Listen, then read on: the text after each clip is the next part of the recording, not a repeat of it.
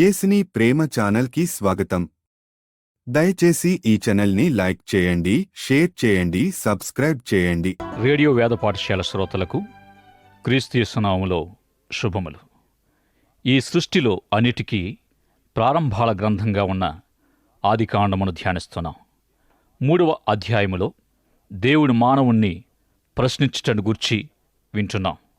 ఈ తరగతిలో ఆదికాండము 3-4 అధ్యాయాల్లోని మరికొన్ని ప్రాముఖ్యమైన ప్రశ్నలను గురించి ఆలోచన చేద్దాం.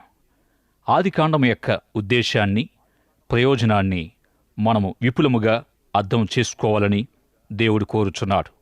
నిజానికి దేవుడు మానవునికి దేనిని గుర్చి సంజాయిషి చెప్పుకోవలసిన అవసరత ఆయనకు లేనేలేదు. గాని ఆయా సంగతులను గుర్చి సరైన జ్ఞానాన్ని, సమాచారాన్ని మనకు తెలియచేయాలని మాత్రమే దేవుడు కోరుచున్నాడు. ఆదికాండము గ్రంథములో మనము తెలుసుకోవలసిన సంగతులు ఎన్నెన్నో ఉన్నాయి. వివాహ వ్యవస్థ ఏ విధంగా ఉండాలని దేవుడు ఉద్దేశించాడో ఆదికాండము మనకు చాలా స్పష్టంగా తెలియజేస్తుంది. ఆదికాండము 3వ అధ్యాయములోని 2వ భాగములో మానవుని జీవితములో పాపం ఎలా ప్రవేశించిందో వ్రాయబడింది. అందుకు దేవునికి మానవునికి మధ్య జరిగిన సంభాషణ వ్రాయబడింది. పాపం చేత పతనమైన మానవుణ్ణి దేవుడు ఏ విధంగా వెదకి సంభాషించి తనతో సంబంధాన్ని ఏర్పాటు చేసుకున్నాడో మనం చూస్తున్నాం. ఆ విధంగా దేవుడు ఈనాటికి మానవుణ్ణి వెతుకుతూనే తన సంబంధాన్ని కొనసాగిస్తూ ఉన్నాడు. అనుదినము దేవుడు మనలను వ్యక్తిగతంగా దర్శిస్తూ కనుగొంటూ మనముండవలసిన స్థానములోనికి చేర్చడానికి ప్రయత్నిస్తూనే ఉన్నాడు. ఇక ఆదికాండము 3వ అధ్యాయములోని 2వ భాగములో దేవుని ఉద్దేశాల నుండి తప్పిపోయిన ఆదాము హవ్వలకు పరలోకపు నడిపింపును అనుగ్రహిస్తూ ఉన్నాడు. దేవుని నడిపింపును 5 విధాలుగా ఉన్న ఆత్మీయ దిక్సూచిగా గ్రహించాలి. దేవుని ఉద్దేశాల నుండి తప్పిపోయిన వారంతా ఇట్టి దేవుని నడిపింపును పొందితే తప్ప వారికి మరొక నిరీక్షణ లేనేలేదు. దేవుని నడిపింపులోని మొట్టమొదటి సూత్రమేమిటంటే నశించిన స్థితిని ప్రతి ఒక్కరూ గ్రహించుట. తాము నశించామని గ్రహించిన వారు దానిని ఒప్పుకోవాలి. ఒప్పుకోవడం అనేది మొదటి దశ. దేవుడు మానవుణ్ణి నడిపించగోరుతున్న 2వ దశ ఇక నశించి పశ్చాత్తాపపడుచున్న పాపిని పైకెత్తుట, లేక తప్పిపోయిన మానవుని గమనాన్ని గమ్యం వైపుకు త్రిప్పడం అనేది ఈ 2వ దశ. ప్రియ సోదరుడా, సోదరి, ఇప్పటికే దేవుడు నీ గమనాన్ని సరైన దిక్కుకు మళ్లించడం ప్రారంభించాడని గ్రహించాలి. ఇక తప్పిపోయిన నీ మార్గము నుండి, నశించిన స్థితి నుండి నీవు కాపాడబడి యేసు ప్రభులో భద్రపరచబడాలి. ఇది 3వ దశలోనికి వస్తుంది. నశించిన నీ పాప స్థితిని నీవు గ్రహించినప్పుడు ఏవో గొప్ప తీర్మానాలు, స్వంత నిర్ణయాలు ఏవి తీసుకోవాల్సిన పని లేదు. కానీ వెంటనే 4వ దశ అయిన యేసు ప్రభువును వేడుకోవాలి. ఆయన నీతో సంభాషించడానికి, సంబంధ బాంధవ్యాలు కలిగి ఉండడానికి ఎంతగానో ఆశపడుచున్నాడు. దేవుడు మానవునితో సంబంధం కలిగి ఉండుటకు దేవుడు చేసిన ప్రయత్నమే ఆదికాండము 3వ అధ్యాయము చివరి భాగములోని సందేశం. ఇక 5వ సూత్రమేమిటంటే దేవుడు నీతో సంభాషించగోరినప్పుడు నీవు ఆయన స్వరానికి, పిలుపుకు లోబడాలి. దేవుని సహవాసము కలిగి ఉండాలంటే దేవుడు పిలిచిన వెంటనే మనిషి స్పందించడమే ప్రాముఖ్యమైన విషయం. యేసు తల్లి అయిన మరియ కానా వివాహములో ఆయన మీతో చెప్పినది చేయుడి అని పరిచారకులతో చెప్పిన విధంగా మనము కూడా ఆయన చెప్పింది శ్రద్ధగా వినాలి, ఆ విధంగా చేయాలి. ప్రియ సోదరుడా, సోదరి, నీవు దేవుని స్వరాన్ని వినగలుగుతున్నావా? దేవుడు చేయమన్న విధంగా చేస్తున్నావా? ఆదికాండము 3వ అధ్యాయము 15వ వచనం మెస్సియాను గూర్చి ప్రవచించబడింది. ఇక్కడ దేవుడు మనల్ని విడిపించుటకు, రక్షించుటకు వెదకుచున్నట్లుగా మనం గమనించగలం. దేవుడు తన గొప్ప సంకల్పాన్ని గూర్చి ఆదికాండము 12వ అధ్యాయములో అబ్రాహాముతో మాట్లాడిన సందర్భం వరకు వేచి ఉండవలసిన పని లేదు. కానీ 3వ అధ్యాయము 15వ వచనములోనే క్రీస్తు బయలుపరచబడ్డాడు. హవ్వను మోసగించిన సర్పముతో దేవుడు మాట్లాడుతూ, నీకును స్త్రీకిని, నీ సంతానమునకును ఆమె సంతానమునకును వైరము కలుగుజేసెదను.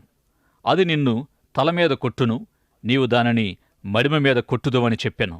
ఈ వచనం మెస్సియా ప్రత్యక్షతను, దేవుని రక్షణ సంకల్పం యొక్క విధానమును తెలియజేస్తుంది. దేవుడి లోకమును ప్రేమించి రక్షించడానికి, దారి చూపడానికి ఒక రక్షకుణ్ణి ఈ లోకానికి పంపనయున్నాడనే విషయాన్ని దేవుడు ముందుగానే ఆదిలోనే తెలియపరిచాడు, వాగ్దానం చేశాడు. ఆనాటి ప్రవచన ఫలితంగా ఈనాడు తన గొప్ప రక్షణను దేవుడి లోకములో వ్యాపింపచేస్తున్నాడు. ఆదిలోనే ఆరంభమైన భయంకరమైన పతనాన్ని తన కుమారుని ద్వారా దేవుడు సరిచేశాడు, రక్షణ కలుగుజేశాడు. ఆదికాండము 3వ అధ్యాయములో మరియొక ప్రతికూలమైన ఫలితం ఏమిటంటే, స్త్రీ పురుషులకు దేవునికి మధ్య ఎడబాటు కలగడం మనం చూస్తున్నాం. ఈ విధంగా దేవునికి మానవులకు మధ్య ఏర్పడిన ఎడబాటు కారణంగా వారు ఆ తోటలో నుండి బయటికి వెళ్ళగొట్టబడ్డారు. ఈ అనుభవం చాలా భయంకరం. ఈనాటి మనకు ఇది గొప్ప హెచ్చరిక. ఆనాడు ఆదాము హవ్వలు దేవుని మాట కంటే ముందుగా వారి అవసరతల వైపే చూశారు. దేవుని ఆజ్ఞ వెలుగులో తమ అవసరతలను తీర్చుకోవలసి ఉండగా వారు ముందుగానే ఆహారము కొరకు వెదకుచు దేవుని ఆజ్ఞను మీరారు. అందుచేత వారు దేవుని తోటలో నుండి వెలివేయబడ్డారు. ఈనాడు మనము దేవుని ఆజ్ఞలకు ప్రాధాన్యతనిస్తున్నామో లేక మన స్వంత నిర్ణయాలకు ప్రాముఖ్యతనిస్తున్నామో పరిశీలించుకోవాలి. దేవుని సన్నిధి నుండి దూరం కాకుండా నిత్యము ఆయన సన్నిధిలోనే జీవించుటకు తీర్మానం చేసుకుని నమ్మకంగా ప్రభు మార్గముల ముందుకు సాగవలసిన వారమై ఉన్నాం. ఆదాం హవ్వలు దేవుని సన్నిధి నుండి వేరు చేయబడిన తర్వాత వారు తిరిగి ఆ తోటలో ప్రవేశించకుండా ఇటు అటు తిరుగుచున్న ఖడ్గజ్వాల ఏర్పాటు చేయబడింది. అయితే ఆ ఖడ్గజ్వాల యేసు ప్రభువుకు దేవుని వాక్యానికి సాదృశ్యంగా చూపబడుతుంది. యేసు ప్రభు సెలవిచ్చినట్లుగా నేనే మార్గమని చెప్పిన విధంగా యేసు ప్రభు ద్వారా దేవుని వాక్యమును అగ్ని జ్వాల ద్వారా మాత్రమే తిరిగి జీవవృక్షాన్ని చేరుకోవాలి. వేరే మార్గము లేనే లేదు. ఇక ఆదికాండము 4వ అధ్యాయంలోకి వెళితే మానవుని పతనానికి మరియొక ప్రతిఫలం చూస్తున్నాం. అదే సంఘర్షణ. ఆదిలో ఆరంభమైన ఈ సంఘర్షణ నేటికి అంతములేని గొప్ప తీరని సమస్యగా ఉందనే చెప్పాలి. మొదటిగా మనలో మనమే ఈ సంఘర్షణను కలిగి ఉన్నామని గ్రహించాలి. ఉదాహరణకు భార్య భర్తల మధ్య, తల్లిదండ్రుల మధ్య, పిల్లల మధ్య, యజమానులు సేవకుల మధ్య, సేవకులు సేవకుల మధ్య, జాతికి జాతికి మధ్య, మంచికి చెడుకు మధ్య, కులానికి కులానికి, మతానికి మరో మతానికి, పార్టీకి మరో పార్టీకి, తెగకు మరొక తెగకు, దేశానికి మరో దేశానికి, ఇలా అంతర్జాతీయంగా ఈనాడు ఎన్నో పోరాటాలను మనం చూస్తున్నాం, వింటున్నాం, ఎదుర్కొంటున్నాం. ఈనాటి గొప్ప సమస్యల్లో ఒకటి సంఘర్షణ లేక పోరాటమని చెప్పక తప్పదు. ఆదికాండము 4వ అధ్యాయములో ఈ సంఘర్షణకు కొన్ని కారణాలు మరియు పరిష్కారాలను ఇద్దరు సహోదరుల కథ రూపములో దేవుడు మనకు తెలియజేస్తూ ఉన్నాడు. ఆ ఇద్దరే కయీను, హేబెలు. ఈ ఇరువురి మధ్య ప్రారంభమైన సంఘర్షణ లేక పోరాటం మనకు తెలుసు. వారిలో కయీను దేవునికి అర్పణ చెల్లించాలని తలపెట్టి తన వృత్తిని బట్టి తనకు దొరికిన పొలములోని పంటను దేవుని సన్నిధిలో సమర్పించాడు. తన తమ్ముడైన హేబెలు అయితే తాను గొర్రెల కాపరిగా ఉంటున్నాడు కాబట్టి తన మందలో తొలుచూలున పుట్టిన వాటిలో క్రొవ్విన వాటిని కొన్ని దేవునికి సమర్పించాడు. దేవుడు కయీను అర్పణ అంగీకరించకపోవడానికి, హేబెలు అర్పణను అంగీకరించడానికి కారణం కయీను సమర్పించినవి దేవునికి ఇష్టం లేకపోవడం వల్ల, లేక హేబెలు తెచ్చిన జంతు అర్పణ దేవునికి ఇష్టమైంది కాబట్టి దేవుడు తన అర్పణ అంగీకరించాడా? గమనించండి ప్రియులారా, దేవుడు ఇరువురిలో గమనించింది, లక్ష్యముచ్చింది అర్పణ కానే కాదుగాని వారి హృదయం. కయీను దేవునికి అంగీకారయోగ్యంగా లేడు. అదేవిధంగా హేబెలు హృదయం దేవునికిష్టమైనందువల్ల, ఇష్టుడిగా ఉన్నందువల్ల, నీతిమంతుడైనందువల్ల దేవుడు అతనిని అంగీకరించాడు. చాలామంది వారి అర్పణలు అంగీకరింపబడడానికి, అంగీకరింపబడకపోవడానికి ఆ అర్పణల నాణ్యతే కారణమని నమ్ముతారు. కానీ అది కాదు దాని భావం. దేవుడి లక్ష్యముంచేది మనిషి హృదయాన్ని. ఈ కారణము చేతనే హెబ్రీ పత్రిక 11వ అధ్యాయము 4వ వచనములో హేబెలు తన విశ్వాసానికి మంచి సాక్ష్యము పొందాడు. కయీను అయితే వ్యసనము, క్రోధము కలిగిన కూరునిగా కనిపిస్తూ ఉన్నాడు. కోపిష్ఠులు చివరికి చింతాక్రాంతులుగా కూడా మారిపోతారు. వారి కోపమే వారికి చింతన కలిగించే ఫలితాలు తీసుకొస్తుంది. చివరికి కయీను తన తమ్ముణ్ణి సంహరించాడు. ఎంత భయంకరం! దేవుడు అతను దర్శించి, నీకు కోపమేలా? ముఖము చిన్నబుచ్చుకుని ఉన్నావేమి? నీ తమ్ముడైన హేబెలు ఎక్కడా అని దయతో ప్రశ్నిస్తూ ఉన్నాడు. మనం సరైన పని చేస్తే దేవుని చేత అంగీకరింపబడతాం. సత్క్రియ చేయక తప్పు చేసినట్లయితే, మోసం చేసినట్లయితే, ఇతరులకు అన్యాయం చేసినట్లయితే మన హృదయ ద్వారము దగ్గరే మన పాపం మనల్ని నశింపచేయాలని, మన కోసం పొంచి ఉంటుంది అనే సత్యాన్ని గ్రహించాలి. ప్రియ సోదరుడా, సోదరి, నీవేదైనా ఎవరినైనా అంగీకరింపబడలేనట్టి స్థితి నీలో ఉన్నట్లయితే దయచేసి ఆగ్రహానికి, ఆవేశానికి, కోపానికి పోవద్దు. పరుగులెత్తవద్దు. పశ్చాత్తాపముతో, విరిగి నలిగిన హృదయముతో దేవుని దయను, కనికరమును కోరుకొని దేవుని చేత అంగీకరింపబడమని ప్రేమతో మనవి చేస్తూ ఉన్నాను. కయీను కథలో కోపము మరియు చింత అను 2 సమస్యలను మార్టిన్ లూథర్ అను భక్తుడు కవలలుగా వర్ణించాడు. సహజంగా కోపమనేది మానవుణ్ణి చింతాక్రాంతునిగా చేస్తుంది. కయీనులోని కోపం ఫలితంగా చింతకు గురయ్యాడు.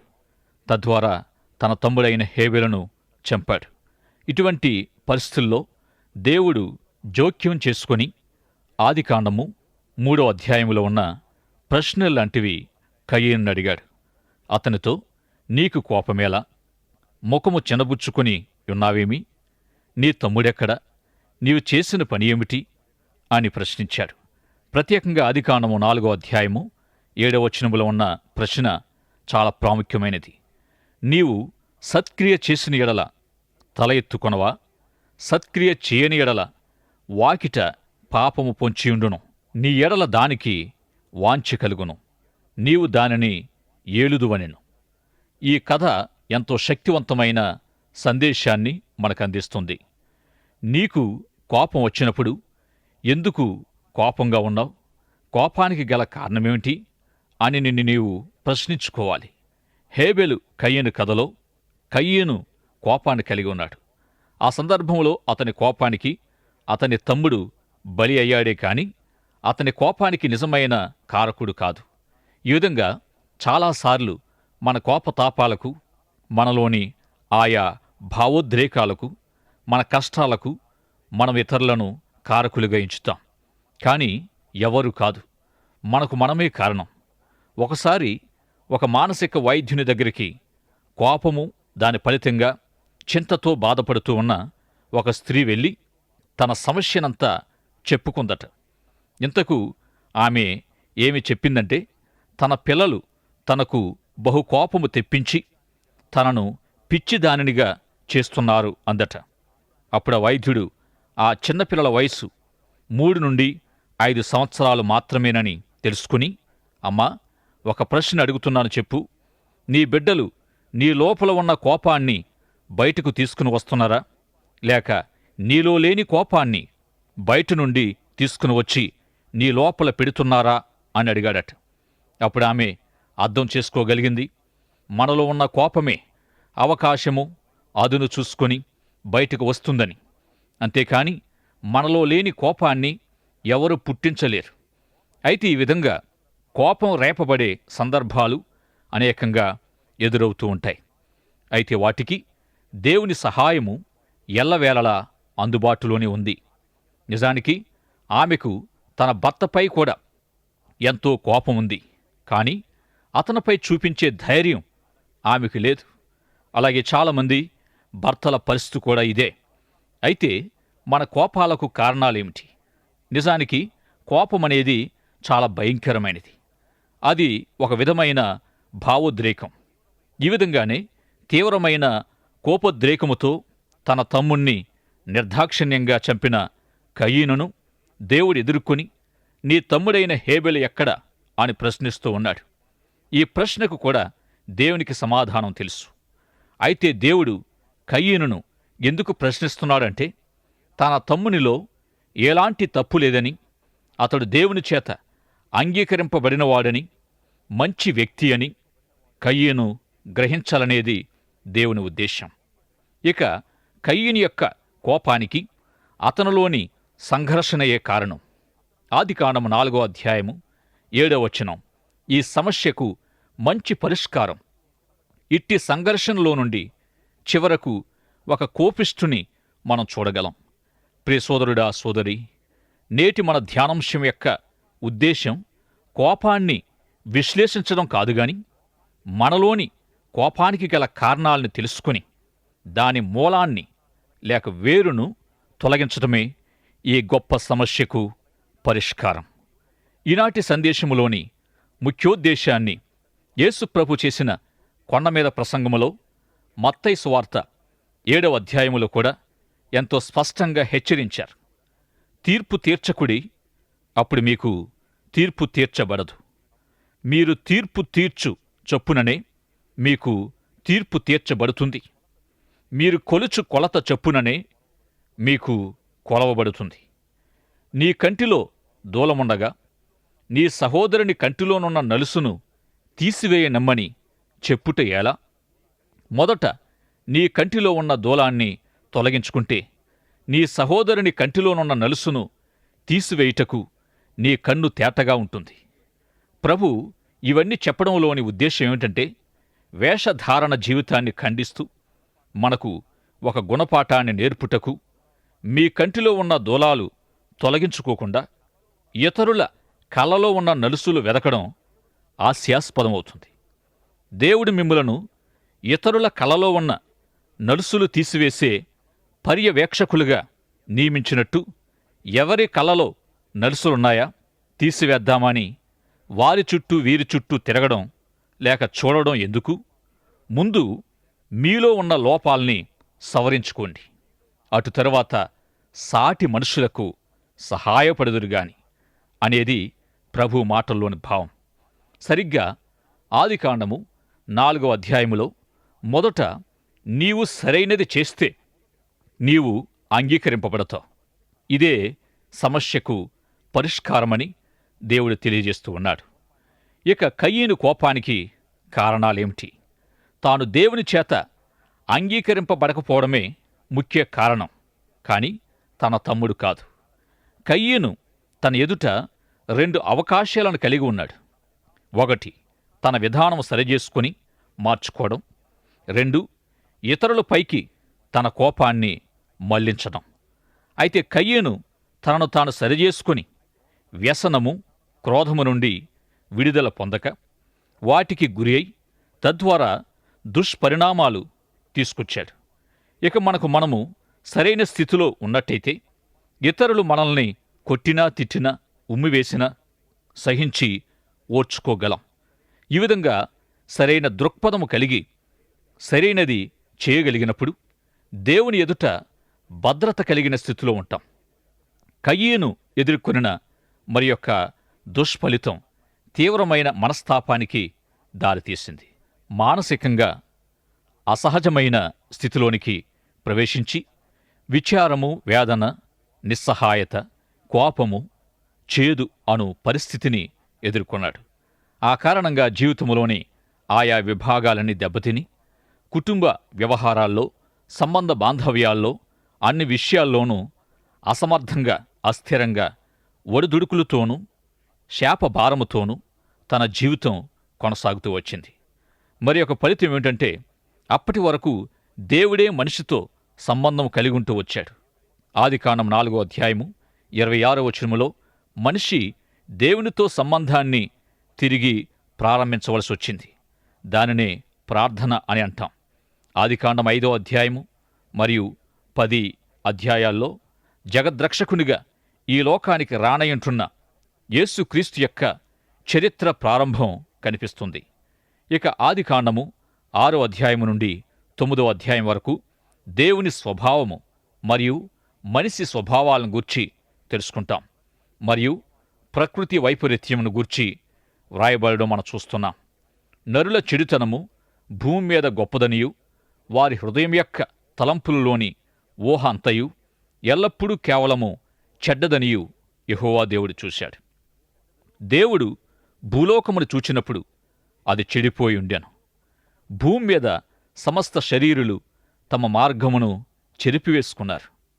భూమి బలాత్కారముతో నిండి ఉన్నట్లు గమనించి దేవుడి మనిషిని గూర్చి తెలియజేశాడు. ఇది మానవ స్వభావం యొక్క వివరణ. అందుచేత దేవుడు గొప్ప జల ప్రళయాన్ని అనుమతించవలసి వచ్చింది. అంత గొప్ప ప్రళయాన్ని అనుమతించిన దేవుని గూర్చి మన తలంపు ఏమై ఉండాలి? మనం గ్రహించవలసిన దేవుని ఉద్దేశ్యము ఏమిటి అనగా, దేవుడు ప్రేమ, స్నేహ స్వభావాలు కలవాడా? అవును. ప్రళయాలు సృష్టించే అంతటి భావోద్రేకాల తీవ్రత కలవాడా? అవును. దేవుడు ప్రేమయున్నాడు. దేవుడు ప్రేమ స్వరూపి అనే సత్యాన్ని మనం అందరము నమ్ముతున్నాం. దేవుని స్వభావమంతా ఒకే విధమైన లక్షణాలతో కూడి ఉందా? ప్రేమ చూపే దేవుడు కోపాన్ని కూడా చూపుతాడా? అవును. దేవుడు ప్రేమ చూపే దేవుడై ఉన్నాడు. కాబట్టే మానవులను ప్రేమిస్తూ ఉన్నాడు. అయితే ఆయన క్రిందికి చూచినప్పుడు తన ప్రియమైన మానవుణ్ణి పాపము నాశనం చేస్తుంది. మనిషి కొరకైన దేవుని రక్షణ ప్రణాళిక కూడా వ్యర్థమవుతుంది. మానవుని రక్షించే శక్తిగల దేవుడు మానవుల్లోని పాపాన్ని శిక్షించే శక్తివంతుడిగా కూడా ఉన్నాడు.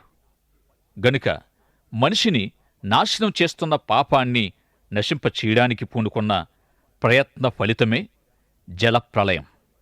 దేవుని స్వరమిట్టున్న ప్రియ సోదరుడా, సోదరి, నీలో ఏ విధమైన పాపము దాగి ఉన్నట్లయితే అది నిన్ను నశింపచేస్తుంది, నాశనం చేస్తుంది. పాపం వలన వచ్చు జీతం లేక ప్రతిఫలం నిత్య మరణం. అయితే నిన్ను మిక్కిలిగా ప్రేమించిన పరమతండ్రి నిన్ను పాపము నుండి, సాతాను నుండి, నాశనము నుండి, నరకము నుండి తప్పించాలని ఇష్టపడుతూ ఉన్నాడు. అయితే దేవుని కృపావరము మన ప్రభువైన యేసుక్రీస్తునందు నిత్య జీవమునిచ్చుటకు ఆశపడుచూ ఉన్నాడు. కాబట్టి ఇప్పుడే నీ పాపము ప్రభు సన్నిధిలో ఒప్పుకొని దేవుని కనికరము చేత రక్షణ భాగ్యము పొందుకొనుమని, ఆయన ద్వారా నీతిమంతునిగా, నీతిమంతురాలిగా తీర్చబడుమని ప్రేమతో మనవి చేస్తూ ఉన్నాను. ప్రార్థన చేసుకుందాం. ప్రేమ కలిగిన మా తండ్రి, ఇంతవరకు మీ వాక్యము ద్వారా మా శ్రోతలందరితో మాట్లాడినందుకు వందనాలు చెల్లిస్తున్నాం. కోపం యొక్క దుష్పరిణామాలు ఎంతో ఘోరమైనవని మాకు తెలియజేశారు. మా శ్రోతలు కోపమును, ద్వేషమును, అసూయను వీడి ప్రేమను, దయను, దీనత్వమును కలిగి జీవించే కృప దయచేయమని యేసుక్రీస్తుని నామములో వేడుకొనుచున్నాము తండ్రి. ఆమేన్. దయచేసి ఈ ఛానల్ని లైక్ చేయండి, షేర్ చేయండి, సబ్స్క్రైబ్ చేయండి.